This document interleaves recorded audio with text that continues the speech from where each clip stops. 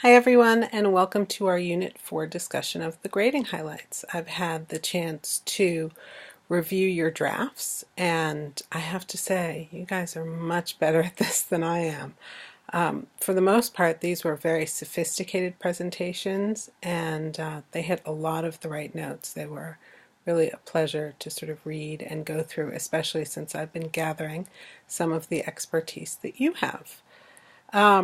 So the first grading highlight is a presentation with a clear purpose. And this should be outlined clearly in the notes, but it should be woven throughout the presentation. It should be more than topical. You should clearly be moving the reader or the listener forward toward a major goal.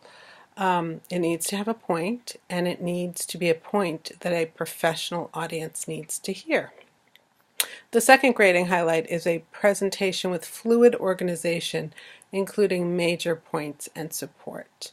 A few things about this. For the most part, these were organized well. I recommend that you have either an agenda or an overview as your first slide.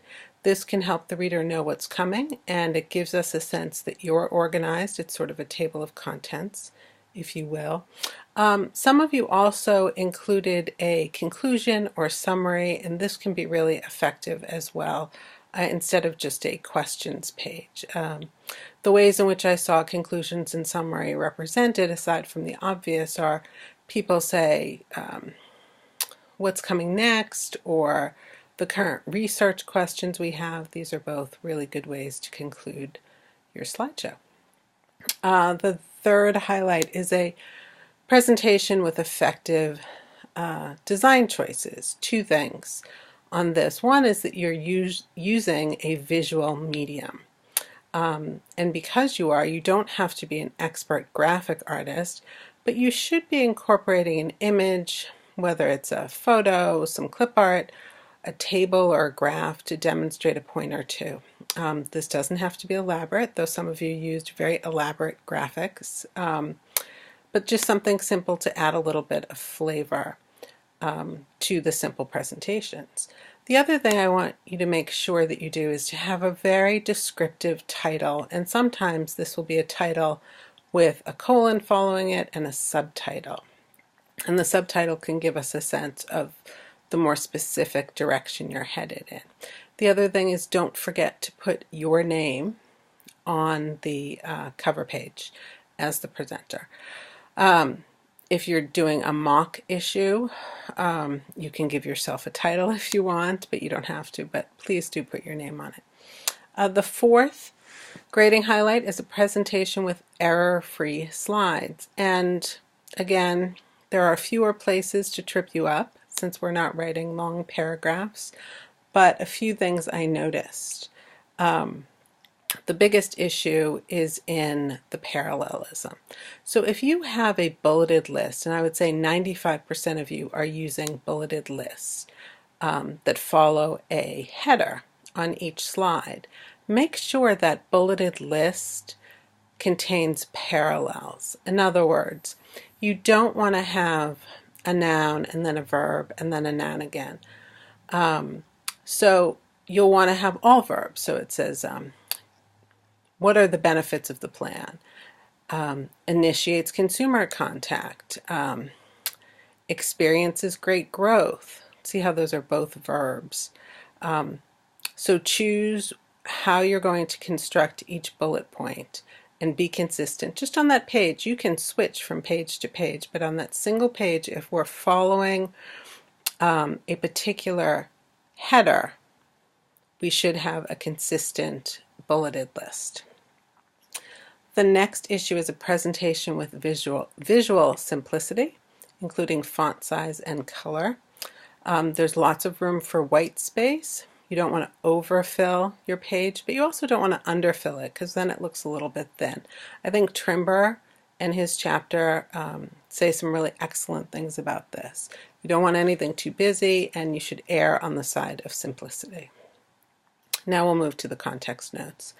The context notes should define your rhetorical situation, including the audience and purpose. Again, right at the outset, you should have your title and then your audience and purpose, or audience and goal, however you want to construct it. Your audience is professional and it can be fictional. You don't want something general like marketers or students. You want to have something very specific, and a few of you did this quite well. This helps your reader, in other words, me and your classmates, understand who the audience is and how they might be listening to the presentation. Without having an audience and a purpose, it's almost impossible to follow the presentation because we have to understand where we're headed and what your goals are. The next issue is that context notes should elucidate how the presentation might be delivered through a script or a narrative. You guys found really interesting ways to do this. Some of you used straight narrative. Some of you numbered what would be each slide and then wrote a paragraph for each. Some of you did first, second, and third. There were lots of creative ways you did this. I don't care how you do this, or even if you offer a script, but you want to make sure that your context notes are following the slides organizationally. So if I read your context notes and then I hit your presentation, it's all going to make sense to me. The next thing is that the context notes are free of mechanical errors. This is pretty apparent at this stage in the semester. Figuring out where to put your commas, or if you have run-on issues, or the difference between it's with an apostrophe and it's without an apostrophe. If these are your issues, they should be getting cleared up by now. And then the final issue is that you have a thoughtful reflection on the unit, and this will follow our reflective memos that we've included in every process. The guidelines are spelled out in the course materials, and you want to make sure you follow that and talk about how your process came about, what kind of feedback you got, and how you developed what you eventually turned in.